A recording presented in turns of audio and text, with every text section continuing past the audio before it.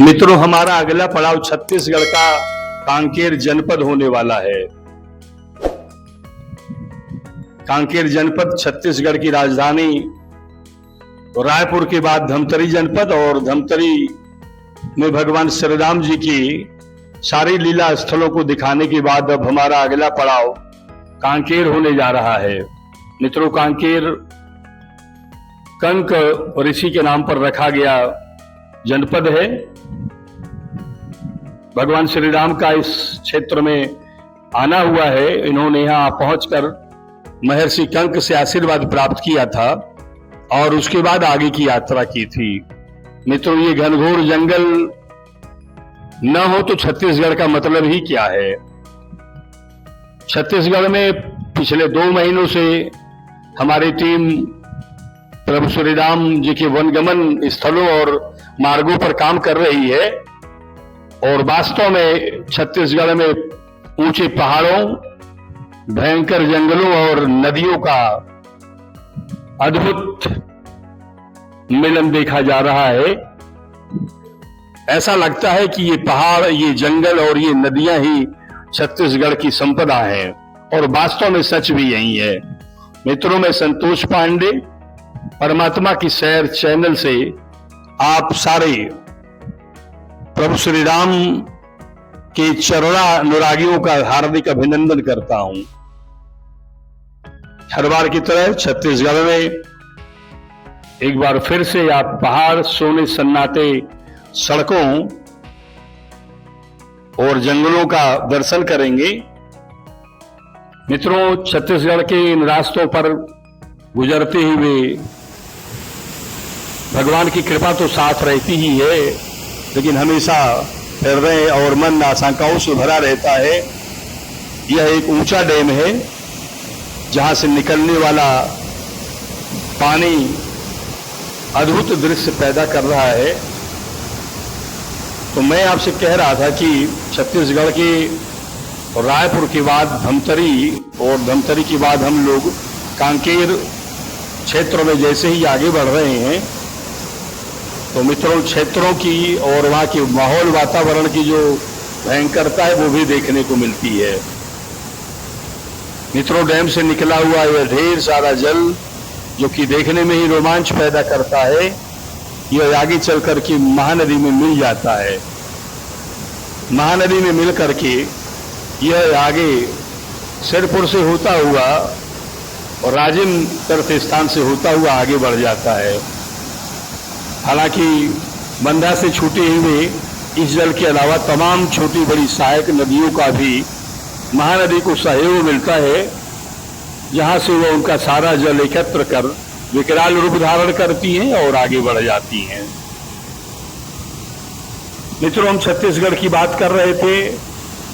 इन दिनों जब हम लोग छत्तीसगढ़ में भ्रमण कर रहे हैं तो जंगल और बहुत ही घनघोर बियावान जंगल होने के कारण जंगली जानवरों का भय तो लगातार बना ही रहता है। लेकिन मित्रों, इन दिनों नक्सलवादियों का भी जोर सुनने को मिलता है हम लोगों को मीडिया के माध्यम से। कहीं कहीं स्थानीय लोग भी जब, और कुछ प्रशासन के लोग भी बताते हैं कि संभल के जाइएगा, तो काफी कुछ सोचना पड़ता है। और मित्रों, आगे बढ़ने के बाद दुधावा के जंगल में ये देखिए, हमारे पवन पुत्र हनुमान जी हैं, जो कि अति सुंदर रूप लेकर के विराजमान है अपने भक्तों को आशीर्वाद देने के लिए। और सच कहें तो इस घनघोर जंगल में हनुमान जी को देख करके बड़े ही प्रेरणा मिली, ऊर्जा मिली। और ये जुनवानी चौक है। और मित्रों, कांकेर के इस एरिया में जहां पे हम लोग पहुंचने वाले हैं, इस जगह का नाम रामपुर जुनवानी है।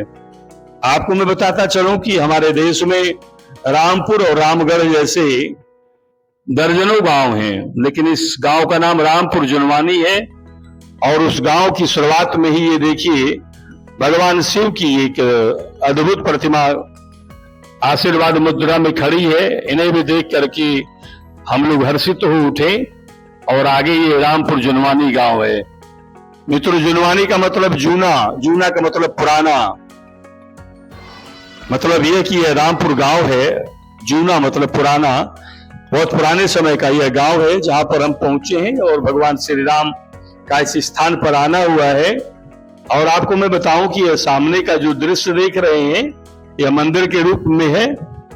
इसी स्थान पर प्रभु श्री राम अपने वनगमन के दौरान आए थे। मेहनत के बाद, इतना सफर पूरा करने के बाद हम लोग सही जगह पर पहुंचे हैं। ये लिखा हुआ है श्री राम वनगमन मार्ग विष्णु मंदिर। ये नंदी महाराज जी विराजमान है। मित्रों, यह विष्णु मंदिर है। लेकिन आपको मैं बताता चलूं, ये लेकिन क्षेत्र में इस मंदिर का नाम श्री राम लक्ष्मण मंदिर के नाम से मशहूर है। गांव का नाम मैंने आपको बताया कि राम जी के नाम पर अनेक गांव हैं, किंतु रामपुर जुनवानी यह पहला गांव है। ग्रामवासियों ने बताया कि जूना का अर्थ पुराना होता है, इसी से यहाँ का नाम जुनवानी पड़ा। अर्थात यह गांव बहुत प्राचीन है। मंदिर के नाम विष्णु मंदिर है। यहाँ पर विष्णु जी की प्रतिमा लगभग 4 फुट ऊंची है और बहुत ही आकर्षक है। यद्यपि मंदिर में भगवान विष्णु जी की मूर्ति है, लेकिन क्षेत्र में यह मंदिर श्री राम लक्ष्मण मंदिर के नाम से प्रसिद्ध है। और यह देखिए, ये भगवान श्री राम जी के वनगमन का नक्शा है। हालांकि नया वाला नक्शा अभी यहाँ पे नहीं पहुंचा है, लेकिन पुराना वाला नक्शा यहाँ पे पहुंचा हुआ है। यह तय हो जाता है कि हम लोग बहुत सही जगह पर पहुंचे हैं। ग्रामवासियों के अनुसार वनवास काल में जब श्री राम महानदी के किनारे किनारे यात्रा कर रहे थे, तब उन्होंने यहां आकर भगवान विष्णु की पूजा की थी। मित्रों, भगवान विष्णु श्री राम के इष्ट देव हैं। भगवान विष्णु की 4 फुट की ऊंची प्रतिमा, आकर्षक विग्रह का हम अवलोकन कर रहे हैं।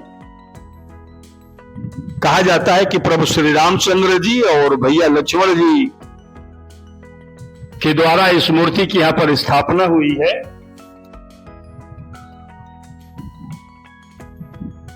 मित्रों, रामपुर जुनवानी गांव में जब हम पहुंचे तो वहां पर यहाँ के आदिवासियों की ओर से एक पूजा पाठ का भी कार्यक्रम रखा गया था। वहां पर पहुंच करके हमने उनकी भाषा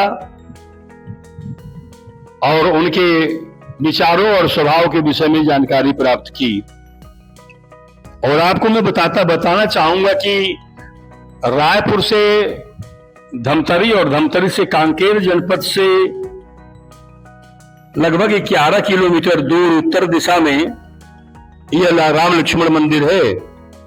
और मित्रों, जब गरियाबंद से चलेंगे तो धोतियावाही, देवेंद्र नगर, दुधावा, भीमाडीह के बाद मालगांव और दलदली के बाद सरोना के बाद कान्हरपुर है और उसके बाद यह रामपुर जुनवानी गांव है। मैं इन रास्तों में पड़ने वाले गांव का उल्लेख इसलिए कर रहा हूं, यदि कोई राम भक्त इस मंदिर तक पहुंचना चाहे तो उन्हें हम लोगों जैसी परेशानी न उठानी पड़े। और मित्रों, प्रभु श्री राम जी की चरण पादुका के अलावा आप यहां पर बैठे हुए सिंह का भी दर्शन कर रहे हैं। रामायण सर्किट के चेयरमैन डॉक्टर राम अवतार शर्मा जी को कौन नहीं जानता है। वास्तव में वे बहुत पूजनीय हैं, बड़े ही वंदनीय हैं, क्योंकि जिस स्थान पर आज हम आकर के अपना सौभाग्य समझते हैं, मित्रों 20 वर्ष पहले प्रभु श्री राम के भक्त और एक तीर्थ यात्री के रूप में इन स्थानों पर उनका आना हुआ है। इन स्थानों पर समझ लीजिए कि भगवत भक्ति और अध्यात्म प्रभु श्री राम के अनुराग का जो उन्होंने झंडा गाड़ा है वह आज भी लहरा रहा है। और आप सामने देख रहे हैं कि प्रभु श्री रामचंद्र जी के साथ में माता जानकी, भगवान लक्ष्मण के अलावा पवन सुत हनुमान जी विराजमान हैं। कहा जाता है कि आदिवासियों में मित्रों इस मंदिर का बड़ा क्रेज है।